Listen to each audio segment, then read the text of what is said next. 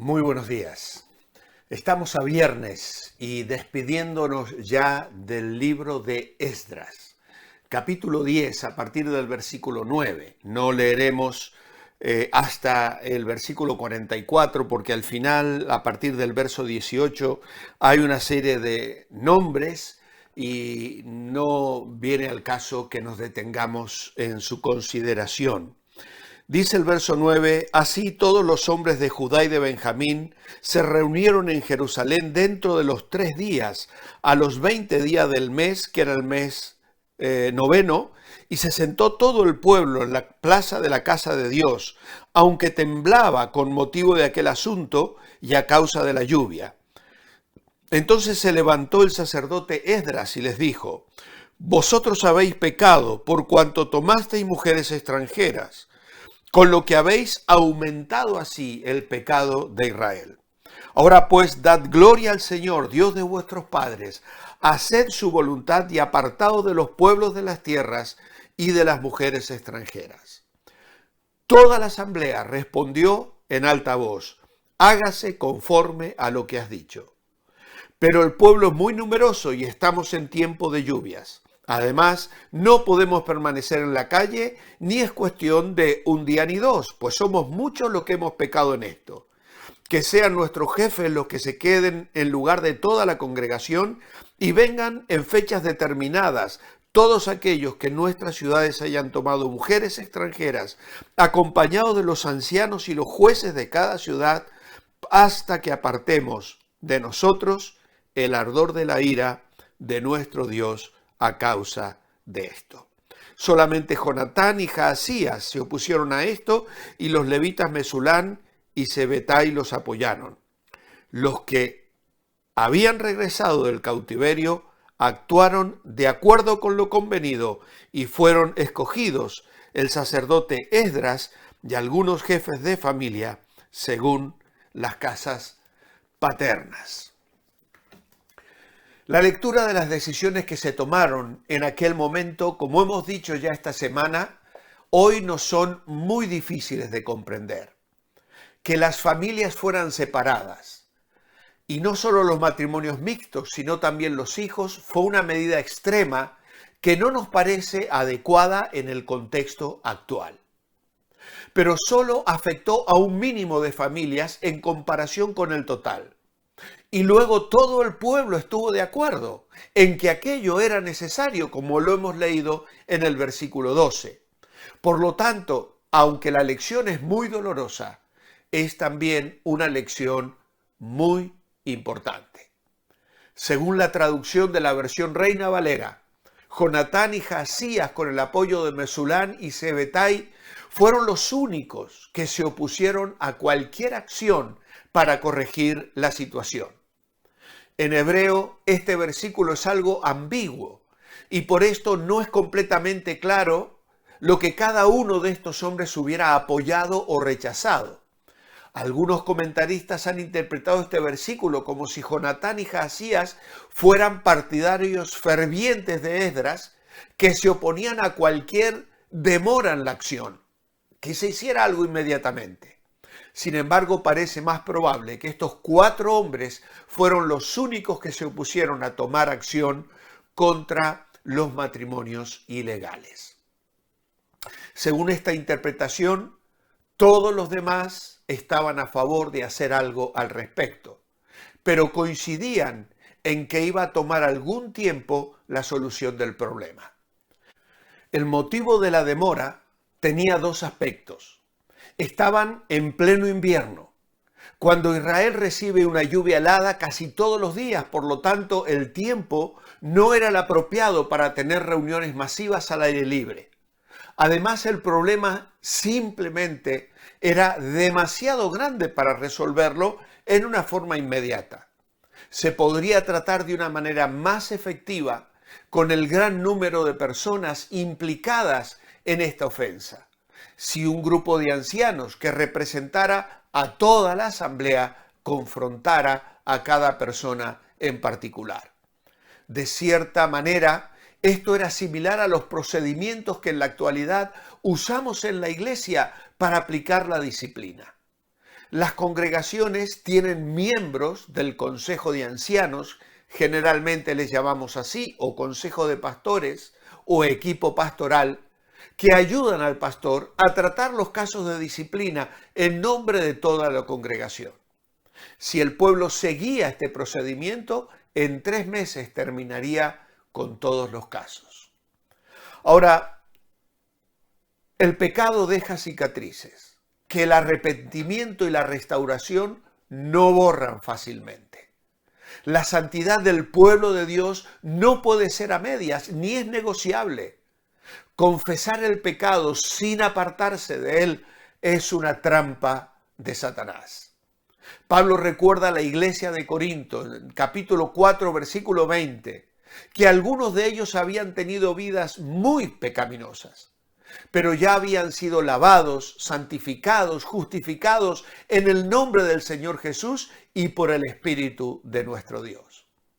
A primera vista podría parecer que esta manera de abordar el asunto añadía un pecado a otro. Se podría preguntar, ¿acaso la solución propuesta no exigía despedir a las esposas y a las familias paganas y por consiguiente el pecado del divorcio se iba a añadir al pecado anterior del matrimonio mixto? En 1 Corintios 7, Pablo les dice a los creyentes del Nuevo Testamento que han contraído matrimonio con incrédulos que permanezcan casados con su cónyuge siempre que el esposo o la esposa tengan la voluntad de seguir así. En realidad, los dos casos son bastante diferentes. Para empezar, la gente de Corinto se había casado con cónyuges paganos cuando ellos mismos todavía eran paganos. Como gentiles, no habían estado bajo ningún mandato de Dios que prohibiera el matrimonio mixto, pero habrían entrado en el estado matrimonial en buena fe. Ahora, en los días de Esdras la situación era muy diferente. Los israelitas culpables se involucraron en uniones ilegales desde el principio, porque Dios se los había prohibido a los judíos en el Antiguo Testamento, y esto ya lo hemos mencionado. En Malaquías 2 implica que muchos, para entrar en los matrimonios mixtos, terminaron su matrimonio con mujeres israelitas para poder casarse con mujeres paganas. El profeta Malaquías habla en contra de casarse con la hija de un dios extraño, en el mismo contexto en que condena el acto de divorciarse de la esposa de tu juventud. Malaquías 2 también condena enérgicamente a los sacerdotes por el papel que desempeñaron en la infidelidad de Israel. El domingo, ayer también hemos hablado acerca de esto, pero el domingo Abraham habló claramente lo que hoy pensamos en relación al divorcio. Dios lo aborrece, pero a veces es el menor de los males. Y aunque siempre daña a alguien y por lo general trae problemas más graves que los que soluciona, hay ocasiones en que no nos vemos más que abocados a tener que enfrentar estas situaciones tan tristes y que tanto daño hacen a la vida de las personas, en especial de los hijos, cuando experimentan el divorcio de sus padres. Siempre trabajamos y aconsejamos evitar el divorcio por todos los medios, pero nunca amparamos el maltrato de la forma que sea, ni el sometimiento a una relación forzada, obligada, y no en los términos en que la palabra de Dios nos enseña. Nuestra reflexión personal: tal vez no sea necesario mirar con más seriedad y profundidad el precio que Jesús pagó en la cruz para librarnos de nuestros pecados, para que la tibieza y liviandad con lo que solemos considerar estas situaciones cambie radicalmente. Tal vez es importante que trabajemos enseñando a nuestros hijos y a nuestros jóvenes la importancia de prepararse para el matrimonio, de buscar la voluntad de Dios, aún en el ámbito de la espiritualidad compartida, para que luego ese camino que se emprende juntos sea de bendición y de éxito, sin las sombras del fracaso ni del divorcio en ninguna manera en un hogar cristiano.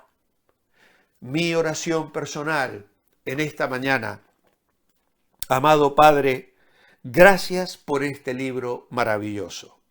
La historia tiene páginas amargas y tristes, pero necesarias para advertirnos cuán malo es el pecado y cuánta bendición hay en la obediencia. Que vivamos en santidad todos los días de nuestras vidas para gozo y continua bendición. En tu nombre, amén. El libro de Esdras nos ha llevado a través de unos acontecimientos significativos en la historia de Israel. Un remanente de la nación regresó para establecerse en Judá y Jerusalén. El templo se reconstruyó y allí se restauró la adoración. La nación sobrevivió a las grandes y graves amenazas para su existencia, como fue la historia de Esther. Todos estos acontecimientos dan testimonio de la gracia de Dios al conservar a Israel para que se cumpliera la promesa del Salvador. En el libro de Nehemías veremos cómo continuó esta gracia. Y el próximo domingo seremos introducidos en esta apasionante tercera parte de la historia del pueblo de Israel, donde vamos a encontrar lecciones prácticas y aplicables a nuestras vidas. Está atento al mensaje del próximo domingo y Dios mediante el lunes nos reencontramos para seguir disfrutando de estos sencillos devocionales bajo la guía y la dirección del Señor. Manteneos bendecibles y muy buen fin de semana.